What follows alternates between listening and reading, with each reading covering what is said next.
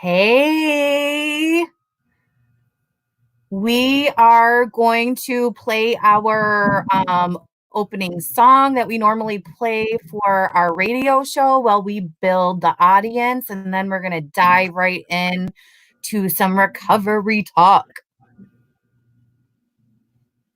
Okay, why isn't it playing now, though? Oh, here we go.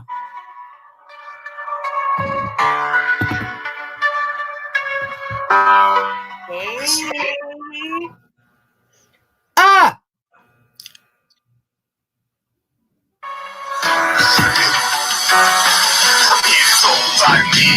Larger than life. He was a son, he was a father, was my brother for life. He was a husband to his wife and a friend to his peers. So it just seems all wrong because I write these tears. He had abuse, but I don't blame him. Homie, you ain't you that chose you. Nobody understands. You tell them 1,000 times. All they seen was a junkie. I seen an intelligent mind. And a poet and an artist. He's one of the best at it. He showed the most hard. Doing his real habits. That's playing with the kids because his family time mattered. And writing and drawing and doing tattoos in the attic. Things aren't the same without your friend here. For you to stay strong, you fight through these kids. I promise KMF your death's not in vain. Because of you and many others, we can do the change. Things aren't the same without you right here. For you to stay strong, you fight through the kids. I promise KMF your death's not in vain. Because of you and many others, we can do the change. Take your belly, David, Ellie, and Jordan to find. I just hope the Lord know the Father was one of a kind. 6'6", but he like 6'9", with one of the biggest hearts right from the line. I wish we could rewind time just to have you back. Whenever, wherever, forever, homie, that's a fact. Just to know about the years and all the relaxing, watching you go through the cupboard on the up for the snacks. Friday, sandwiches, banana cheese, with ranch. The mic flex, but why you're not here, I just can't understand. The people should have done more, they should have rendered it here. It's hard to think about the thought if this was God's plan. That 1, 12, 17, the part to it. But we can't stay angry, just remember the memories until we meet again. We all love you, homie, rest in peace. Things aren't the same without you. Hello. Welcome, everyone. Good evening. Happy Easter. Or happy whatever you're celebrating today. Oh, Bella wants to come in and say hi really quick. Hello. Happy Easter, everyone. Happy Easter, everybody. Yeah. Okay, back downstairs. I'm hiding out in my room. So, yeah. Hi guys. Hi Tanya, Hannah, Deanna, Tony. Yes, Tony, that is Conflict. He wrote that song for Justin and he performed it actually at the Scotty B Overdose Awareness Day. What was that, 2 years ago? 3 years ago. 3 years ago. It was amazing. He's such a talented artist. So we are, I mean, it's Easter. I know we talk about spirituality and we kind of try to separate religion and the two of them. But for a lot of people, this is a big day. It's a day of hope. And everyone who's watching right now, what does hope mean to you? How did you find hope? Karina, when you are actively using, we become hopeless. What sparked that hope in you? At the beginning of my recovery, do you mean? Sure, anywhere. Whenever you noticed that you had that back, that really the first experience I had ever with having any type of hope was while I was incarcerated and I went to my first 12-step fellowship meeting And there was this girl who, and I shared about this, I think like every night, but there was this girl that was running the meeting and she was like a lot like me. She talked like me. She cussed like me. She had like an attitude like me. And here she was like telling me all about like how her life was so different and that she had been, in recovery for 2 years. And I spent the whole meeting crying because not only was like that the moment that I realized that I really actually had a problem, but that was the first moment that I actually felt like hopeful that there was a different way for me to live. It's What about hard. you? So I guess for me, I think it really was when Justin's mom like really forgave me for my actions.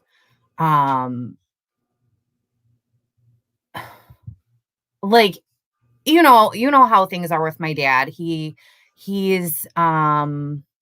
he loves me and the kids so much, but it's very old school. He's old school. And he He loves wants you with what conditions. right.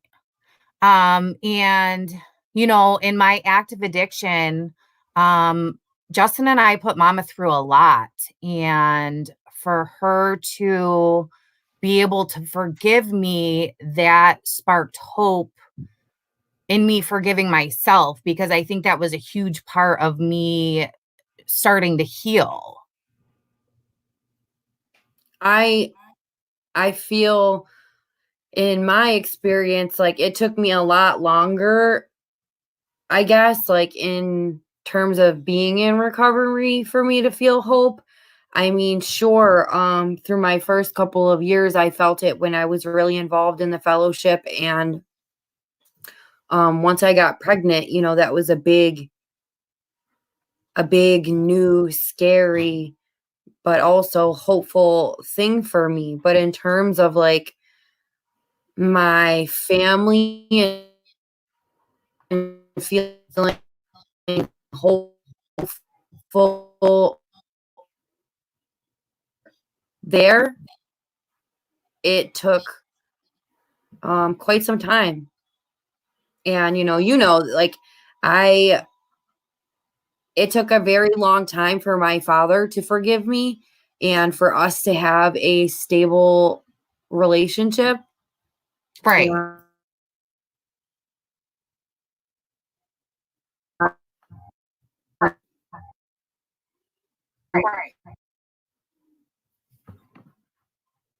This.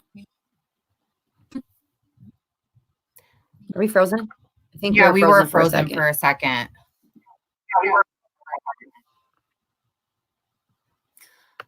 Oh, mama, I love you too.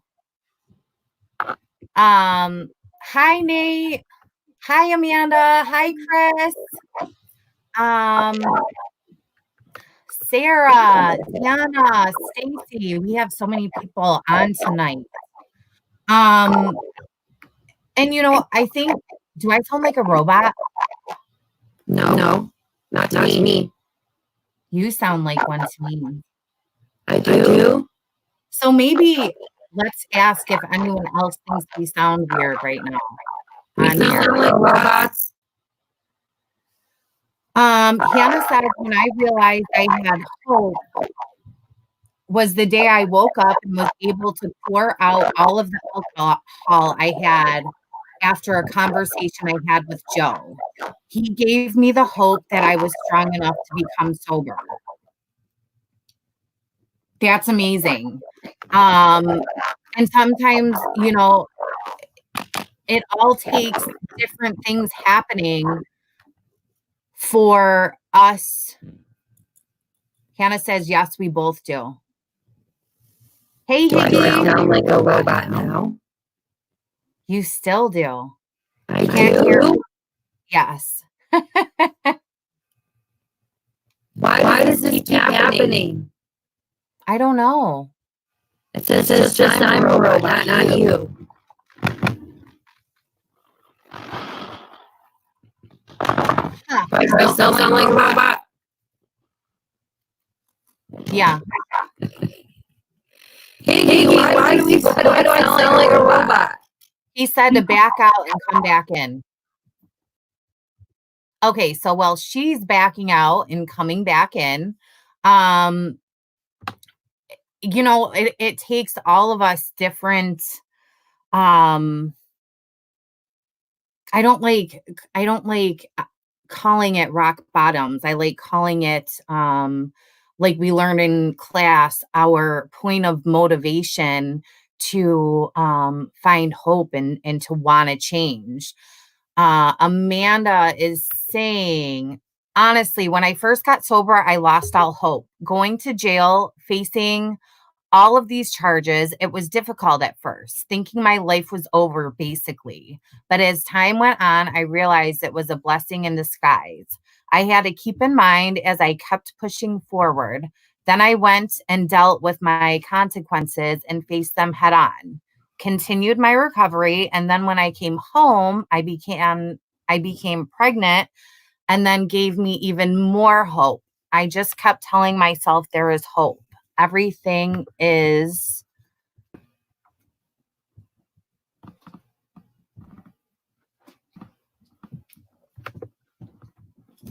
and it cuts off. I can totally relate to that though, Amanda. So when Justin and I got arrested on our charges, and these were petty larceny charges, that they weren't even big, but this was the first time I was ever in like serious trouble and was in jail. And I was like, I'm going to go to jail. My kids are better off without me. And I remember just laying on that floor, trying to choke down that food, first of all. And I remember feeling hopeless and that exact feeling, my life is over. But then look what happened, for you, for me, for Karina, for Higgy, for Deanna, for Hannah. Hope. It's such an amazing thing. And it takes little changes and freaking cool. Hope is a cool thing. And it's infectious. AF. Am I a robot?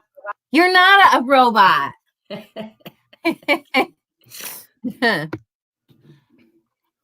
I'm back. Backity back. So we wanted to talk about hope today just because, there's so much going on in the world, and sometimes, it can be depressing and you can feel lonely, even on today, like a holiday, if you're stuck at home and you don't live near family, or what the case is, we can feel alone and we can start to lose whatever hope we have, but we're never really alone. That's why, I don't know if you see this number, that number right there. It's a 24-hour hope line, 585-633-8690. We have been there, all of us, we know, how hard things can be, and you're not alone. I couldn't agree with you more. Excuse me. Now I hear myself. It just doesn't like me tonight. I don't know why. But yeah, today was amazing. So for anybody who has been on our Facebook pages, it is Gary's birthday. Gary is our director of treatment services. He's amazing. And last minute, Gary's roommate messaged us and was like, come over and surprise Gary and sing happy birthday. And we were all like, yes, yes, yes. So we got to go over and social distance like 5 to 10 feet apart from each other. And it was just really nice. And I needed to see all of those faces. I can't wait to see everyone else's face in person. Hope dealers suck at social distancing because we're huggers and we just want to show love and affection, and I just can't right now. I know it. That was sort of, let me see if this is better. Amanda saying that was awesome to see. It was so sweet. It was so much fun. It really was. And I feel like I was really, do you hear me or no? Yeah. I mean, feedback. No. Okay. Does anybody else hear me feedbacking? Because it might just be on my end, and that's what I'm kind of hoping. I think that I also like have really been, internally struggling with the social distance because I am such a people person. And of course it's wonderful that I have Nick, and it I would be lying if I didn't say that it wasn't overwhelming to have Legend 24 hours a day and not have any breaks because I'm used to him going to daycare, and it's been really difficult. But not even being able to just have our friends over for dinner or go meet up somewhere and have coffee, like you begin to see that it kind of has taken a toll on me. So I also sort of felt like a little bit like rejuvenated today. Same. Not doing Sundays has been really hard. Because those, I feel like that just like fills my soul. But you know me too. I am super socially awkward and people freak me out, but I love them. And so I think I can absolutely I know how you are, and it's definitely probably harder for you to not be around people than it is for me. But I miss the connection, and I miss the same thing. But it's also really so everyone I feel like for a long time people have looked at me as like the needle girl or the BTC girl, and I've almost like questioned like my identity almost without being able to do hope dealers and without being able to work my program the way that we normally do. Right. So I know that's been difficult. But you got me that book, which I have been reading daily, which is really helpful. And I have been doing the yoga and the slam ball or smash ball. And I've started a routine just like you and Nick have been doing. And it's really helpful. I'm actually exhausted. I woke up this morning at 7. The kids did their Easter egg crap. And then I worked out for an hour. And then we went on a 5-mile walk. Pretty cool. Yeah, the routine. Well, I will say now being back to work and working from home, the routine is like so much easier on the weekend, obviously. And Right. This week I feel like is really going to be the most challenging. So I'm going to be searching for hope.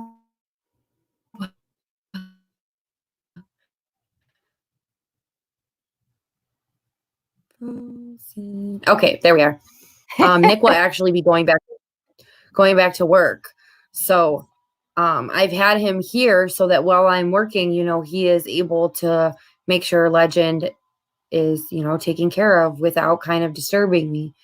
So this is going to be like really challenging. And I say that also because like I have such a busy week.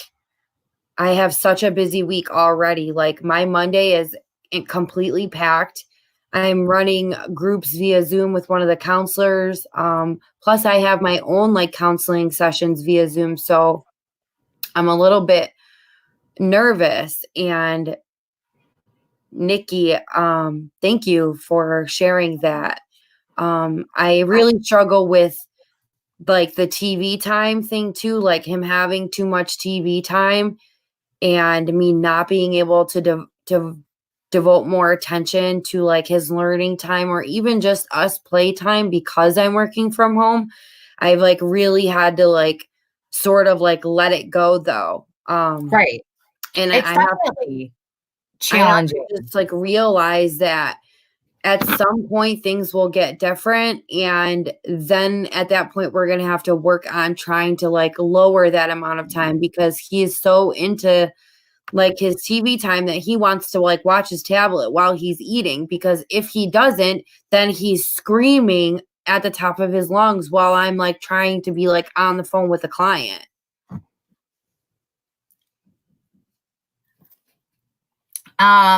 I can relate. It is, we love you right back, Chris. It is challenging. Jake and Bella are both in school. Bella's in 3rd grade and she's in special ed. And Jake is in 7th grade, and it's been challenging trying to balance everything out. And we have to be gentle with ourselves during this time because we are all doing the best that we can. I almost feel like people, and this might sound kind of messed up, but I feel like people who have experienced substance use disorder, whether it be, the person or the parent, we're more used to the chaos, and we've been living this daily pandemic with addiction, and this is just something, it's another pandemic. It's terrifying. People are dying, but this is everyday life for people who are in active addiction. This is everyday fears for parents and family members and friends and people who work for the treatment industry as well. So it's I don't even know what the right word is. It's almost like we were already semi-prepared. Right.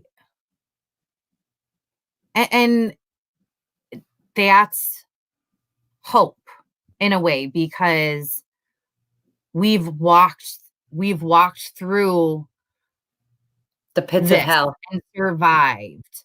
Yeah, literally. Yeah. And it's scary, and look at all the hope that is coming. It's like the world is united right now, and it's so cool to see all the supportive videos and all the lives and people playing music from their balconies, and people just writing chalk messages all over the streets and sidewalks, and old people sitting at the corners waving, and it's just cool. You know what I mean? That's a whole nother level of hope. Especially even though I will say, I think it's a little bit sad that it took the addiction and overdose pandemic wasn't enough to make people come together. It had to be, this virus that is killing people at a vast rate for our society and community to come together. But that also, to me, emulates hope. When when something this significant is happening, people coming together to this degree is literally the definition of hope. So we have a couple messages coming on from the Kool-Aid Man and Humphrey Bear. Yes, who is saying that he's sure that we can help. Can you call our 24-hour Hope line? We have people who are able to answer right now. It's 585-633-8690. We're so glad that you're reaching out on this live. This is why we do these.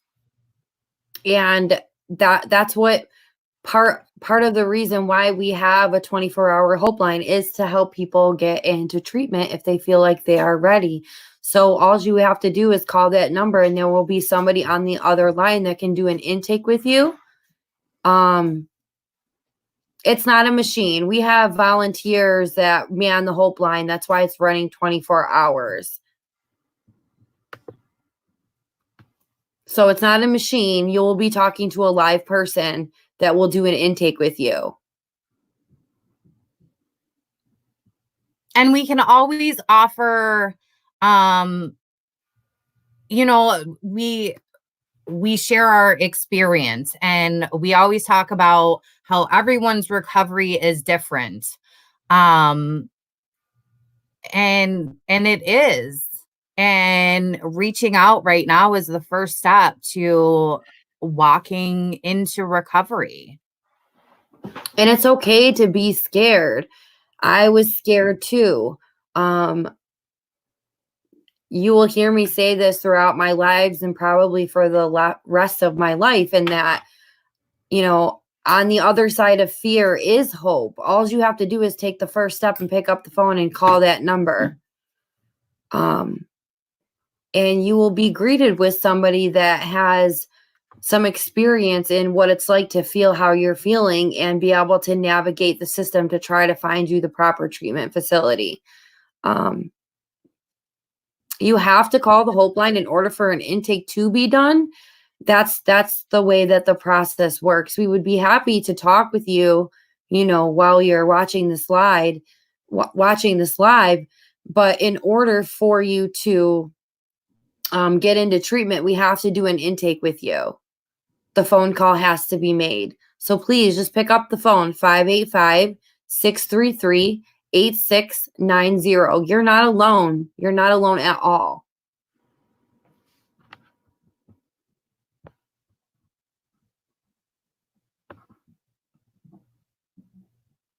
Again, this is a 24-hour Hope line. So it just takes picking up the phone and reaching out.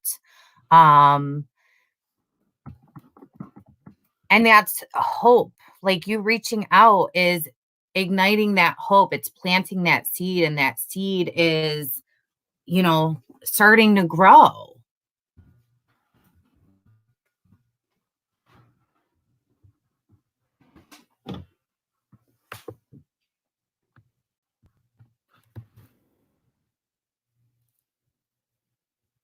So again, our 24-hour Hope line, 585-633-8690. And you can also text. You can, if you don't want anybody to hear you, you can absolutely text. If you look into the comments, or if you can see all of the comments, because what we're seeing are comments from our live Facebook feed and our live YouTube feed. So if you can see the comments from YouTube on the Facebook feed, what you will see is Deanna, who is one of our Hope line specialists, saying that, she's on standby right now waiting for you to call to do an intake with you. Or if you feel more comfortable, you can actually text the Hope line and she will respond.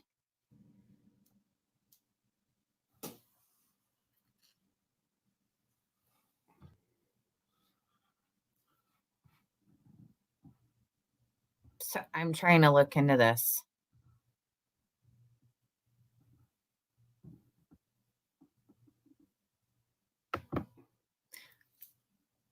Chris Cope is saying we are starting a non-formal, non-program specific meditation gathering with music-focused meditation Sundays at 1 p.m. on Zoom. Stay in touch. That sounds pretty cool, Cope. Make sure you keep us informed.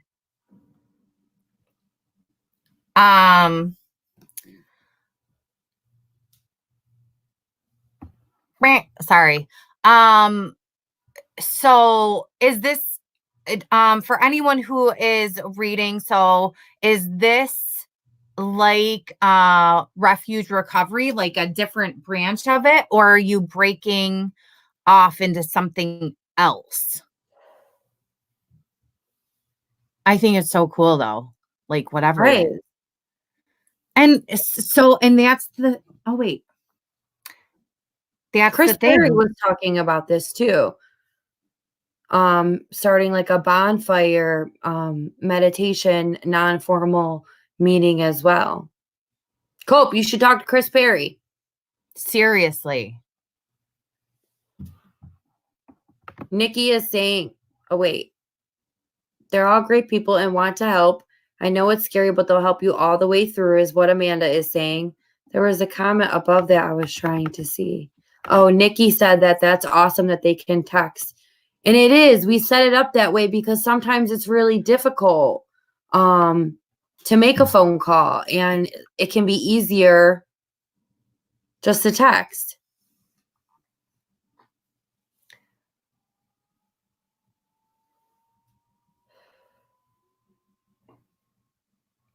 And Michelle is saying, I just want to say thank you again. I've been going through a tough time the last 3 weeks. My wife walked out on our family. I've been stuck down south in an unfamiliar place with unfamiliar people. I'll be coming home to Rochester next week, and you ladies give me hope that when I get back, I can stay sober. And you can. Please reach out to us. Reach out to us, Michelle. You can private message me. You can private message Stephanie. You can start building a support network before you even get here, because that is like the most important thing. If you know, in my experience, is having a network of people that you can turn to and rely on when you're experiencing hard times and hard feelings.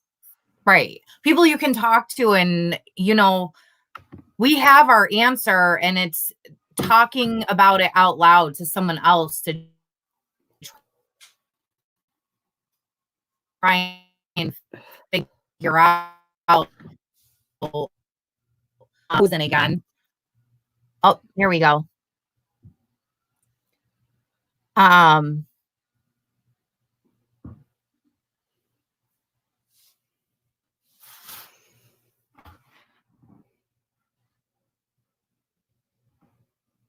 Are you there?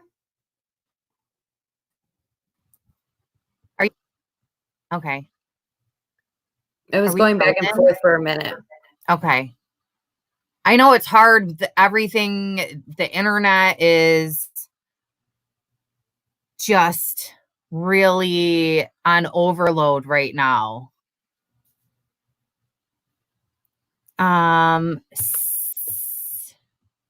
Scott is saying, have a female that wants to help. Not sure what we always want is for people to reach out to us and call our Hope line.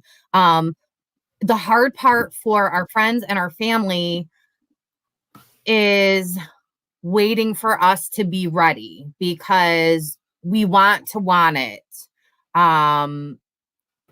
We don't like living in active addiction, but we feel trapped. And until we are ready to accept the help, we kind of stay stuck there. But she can call the Hope line. Again, it's a 24-hour number, 585-633-8690. And keep supporting her and making sure she knows that she's worth it, and she's worth recovery. And there is life outside of addiction, because I think, you know, when we're actively using, we don't see any color. Everything's gray. And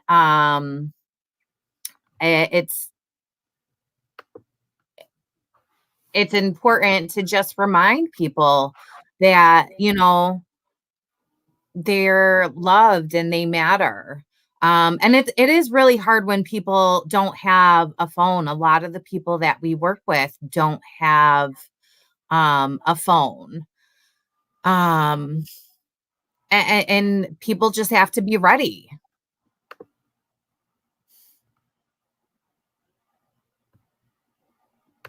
Anthony is saying, I was told you never have to use again. They were right. 10/27/85. That is amazing. I love that.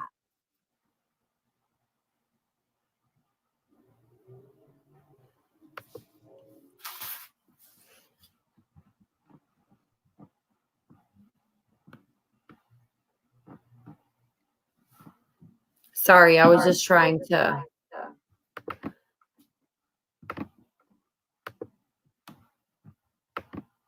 look at all the chats at one time.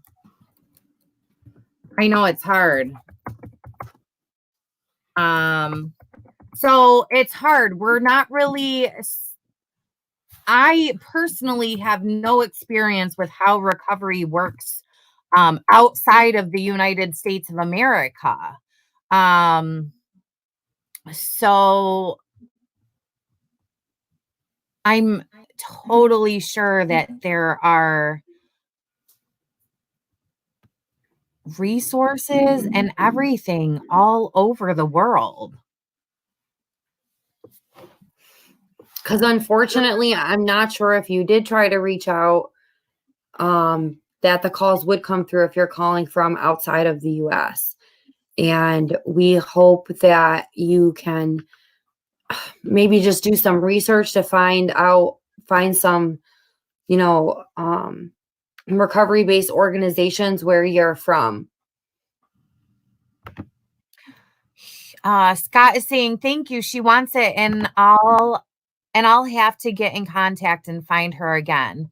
You are amazing, and I'm doing all that I can. Have been trying, as I know she has to equally try and want it. And that's the hard part.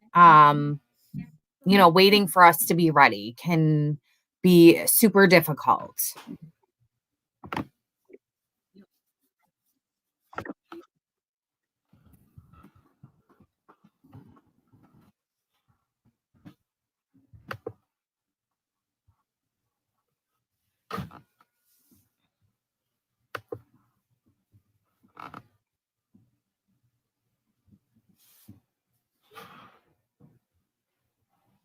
So for anybody who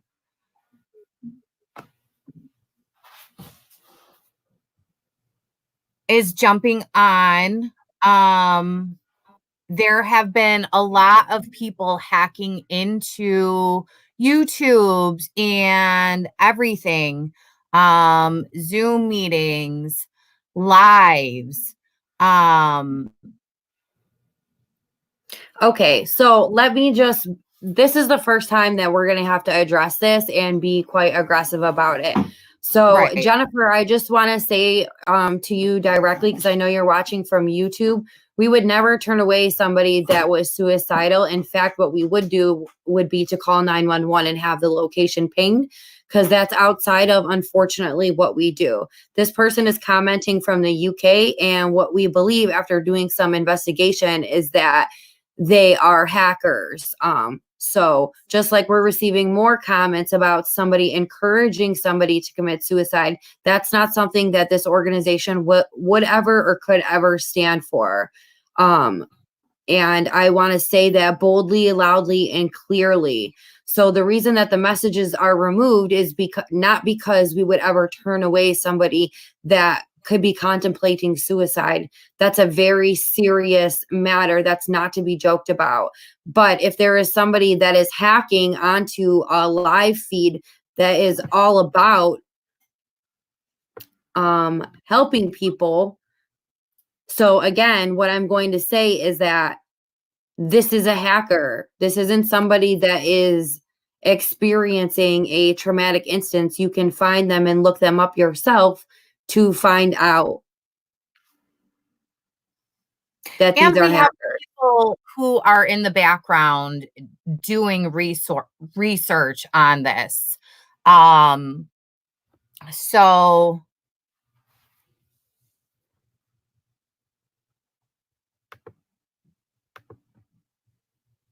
anyways, YouTube has had a lot of hackers lately. Right? Yeah. It's crazy.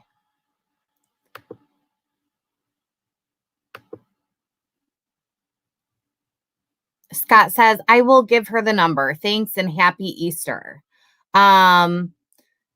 So we love you right back. Hi, Cheryl. Give me just a minute. Okay, so I think what we're going to do is we are going to end our YouTube feed because it seems like we are getting hacked into that, and we're going to continue on Facebook.